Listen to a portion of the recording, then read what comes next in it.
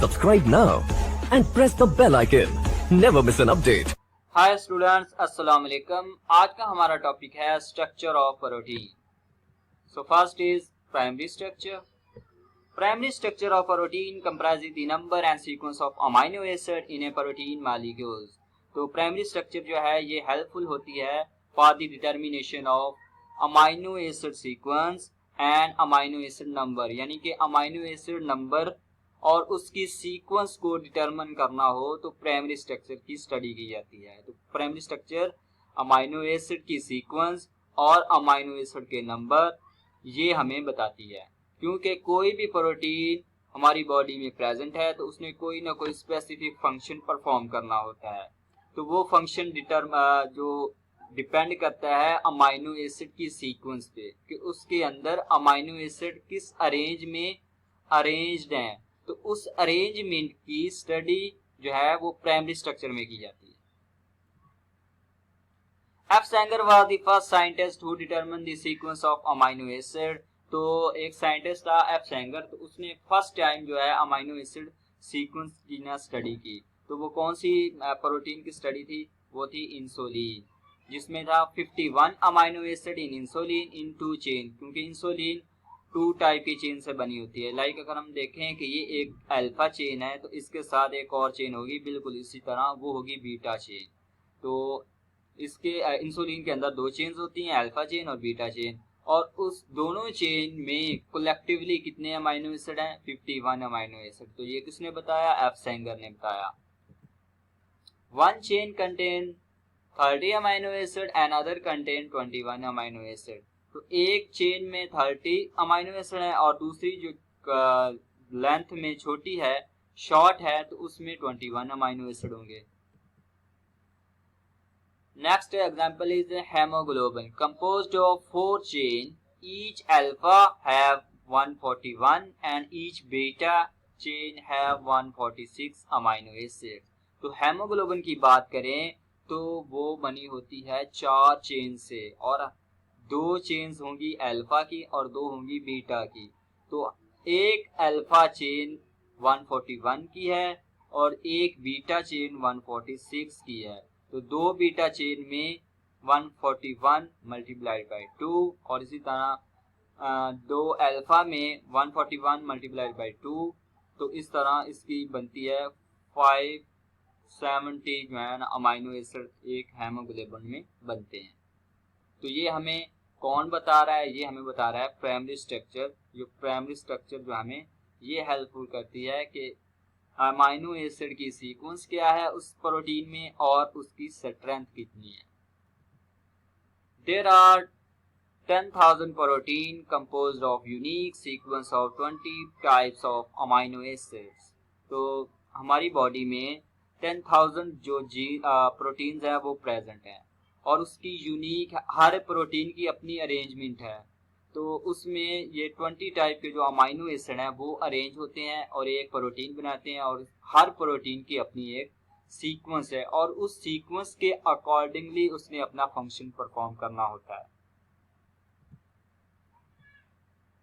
Nucleotide sequence determine the amino acid sequence in protein. तो amino acid sequence जो है वो प्रोटीन की फंक्शन को डिटरमिन करता है, और इसी तरह अमीनो एसिड की जो सीक्वेंस है उसको कौन डिटरमिन करता है? उसको डिटरमिन करता है डीएनए में न्यूक्लियोटाइड की सीक्वेंस, क्योंकि डीएनए से एमआरएनए बनेगा और एमआरएनए से फिर वो प्रोटीन बनेगी। तो इसी तरह एमआरएनए ने वही उसकी कॉपी बनानी है जो डीएनए में सीक्वेंस होगी न्यूक्लियोटाइड की, तो वही सीक्वेंस एमआरएनए की में आएगी और एमआरएनए से फिर वो ट्रांसलेट होके प्रोटीन बन जाएगा। Arrangement of amino acid is highly specific for its specific function. वही बात कि अमीनो एसिड की अरेंजमेंट स्पेसिफिक फंक्शन को डिटरमिन करती है प्रोटीन की कि कौन सी प्रोटीन है और उसका क्या फंक्शन है, उसमें कौन सी स्पेसिफिक सीक्वेंस प्रेजेंट है। If amino acid is not in its proper place, protein fail to perform function. तो बाज़ औक़ात ऐसा होता है कि कोई भी डिजीज है वो हो सकती है जिसमें अमीनो एसिड जो अपनी प्लेस पे पहले प्रेजेंट था वो रिप्लेस हो जाए, यानी कि वो अपनी जगह से हट जाए, किसी वजह से हट जाए, तो उससे क्या होगा कि वो प्रोटीन नकारा हो जाएगी, वो अपना फंक्शन ही सही तरह से परफॉर्म नहीं कर पाएगी। लाइक अगर हम एक एग्जांपल देखें, in sickle cell anaemia haemoglobin 1 amino acid in each beta chain out of 574 amino acid not present in its normal place। तो बीटा चेन में एक अमाइनो एसिड होता है विलाइन। विलाइन जो है वो रिप्लेस कर देता है ग्लूटामिक एसिड को, क्योंकि ग्लूटामिक एसिड जो है वो बीटा चेन में नॉर्मली प्रेजेंट होता है हेमोग्लोबिन में। अगर ग्लूटामिक एसिड रिप्लेस्ड हो जाए विलाइन से, विलाइन जो है ये भी अमाइनो एसिड है, ग्लूटामिक एसिड भी अमाइनो एसिड है, और ग्लूटामिक एसिड रिप्लेस हो गया विलाइन से, तो फिर उसका फंक्शन चेंज हो जाएगा हेमोग्लोबिन का, तो फिर वो सही तरह से ऑक्सीजन को पिक करके हमारे टिश्यू तक नहीं ले जा पाएगी। Due to this, hemoglobin fail to carry sufficient oxygen, hence leading to the death of the patient। तो अगर ये वजह होगी तो हेमोग्लोबिन क्या करेगी, ऑक्सीजन जो है प्रॉपर हमारे टिश्यू तक नहीं ले जा पाएगी, और इस वजह से पेशेंट की डेथ भी हो सकती है। Now second type is secondary protein secondary structure. तो ये क्या होती है, कॉइल्ड इनटू हेलिक्स। तो ये स्ट्रक्चर जो है ये कॉइल्ड होती है, ये प्राइमरी स्ट्रक्चर से थोड़ी सी कम्प्लेक्स होती है। अगर हम यहाँ देखें तो ये एक स्प्रिंग लाइक स्ट्रक्चर नजर आ रही है, तो ये कॉइल्ड है। अब ये तो या अल्फा हेलिक्स बनाएगी या बीटा प्लेटेड शीट बनाएगी। Common is alpha helix, it involve the spiral formation. तो अल्फा हेलिक्स में क्या होता है कि सेकेंडरी स्ट्रक्चर जो है वो स्पाइरल स्ट्रक्चर बनाती है, इस तरह स्पाइरल लाइक स्ट्रक्चर बनाएगी, तो उसको कहते हैं alpha helix. In each turn of alpha helix 3.6 amino acid are present। तो ये एवरेज है 3.6। ये जो टर्न है यहाँ से यहाँ तक, ये जो टर्न है यहाँ इस टर्न में 3.6 अमाइनो एसिड एवरेज जो अप्रोक्सीमेटली कह लें तो वो प्रेजेंट होते हैं, और इसके अंदर जो है हाइड्रोजन बॉन्ड प्रेजेंट होती है। हाइड्रोजन बॉन्ड कैसे कि ये जो टर्न लिया है ये एक सीक्वेंस है अमाइनो एसिड की, यहाँ पे एक अमाइनो एसिड है और ये टर्न होके इधर आएगा, तो इसके नीचे जो अमाइनो एसिड होगा इसके नीचे, तो वो एक दूसरे के साथ हाइड्रोजन बॉन्डिंग बनाएंगे, और इस हाइड्रोजन बॉन्डिंग की वजह से ये हेलिक्स जो है ये स्ट्रक्चर बनती है spiral. Hydrogen bond present in helix. Beta pleated sheet is formed by folding back of polypeptide chain. तो बाजुकात ऐसा होता है कि ये पॉलीपेप्टाइड चेन है, तो इसने अपने आप को इस तरह आना है और इस तरह फोल्ड बैक हो जाना है। जब ये फोल्डिंग बैक होगा तो इसके दरमियान भी हाइड्रोजन बॉन्ड बन जाएगा, और ये एक स्ट्रक्चर बन जाएगी जिसको कहते हैं beta pleated sheet. Now next is tertiary structure. Polypeptide bend and fold upon itself form globular structure। तो अब जो पॉलीपेप्टाइड चेन है वो अपने आप में डिफरेंट फोल्ड्स बनाएगी, बहुत ज़्यादा कम्प्लेक्स स्ट्रक्चर बना देगी। लाइक अगर ये देखें तो ये अपने आप में इस तरह फोल्डिंग होती जाएगी। सेकेंडरी जो स्ट्रक्चर है तो ये बन जाएगी टर्शियरी स्ट्रक्चर, बहुत ही कम्प्लेक्स होती है। It have 3 bonds like ionic, hydrogen and disulfide bond। तो अगर ऑक्सीजन और हाइड्रोजन होंगे तो उसके दरमियान बन जाएगा हाइड्रोजन बॉन्ड, और आयोनिक बॉन्ड वहाँ बनेगा जहाँ पे जब दो अमाइनो एसिड के दरमियान आयंस जो है वो एग्जिस्ट कर रहे होंगे, तो वो पॉजिटिव नेगेटिव जो है आपस में आयोनिक बॉन्ड बना देंगे।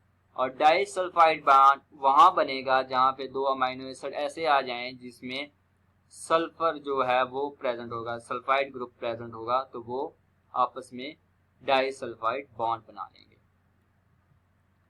In aqueous environment, hydrophobic amino acid is buried and hydrophilic are on the surface of molecule.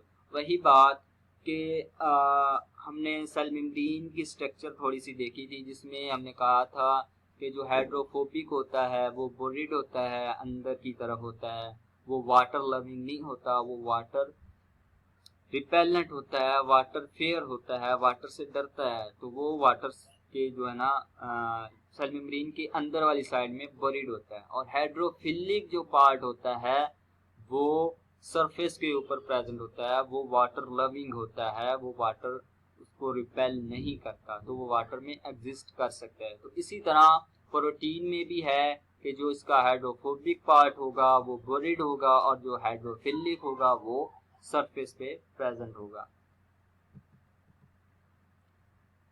Next is and last one, quaternary structure.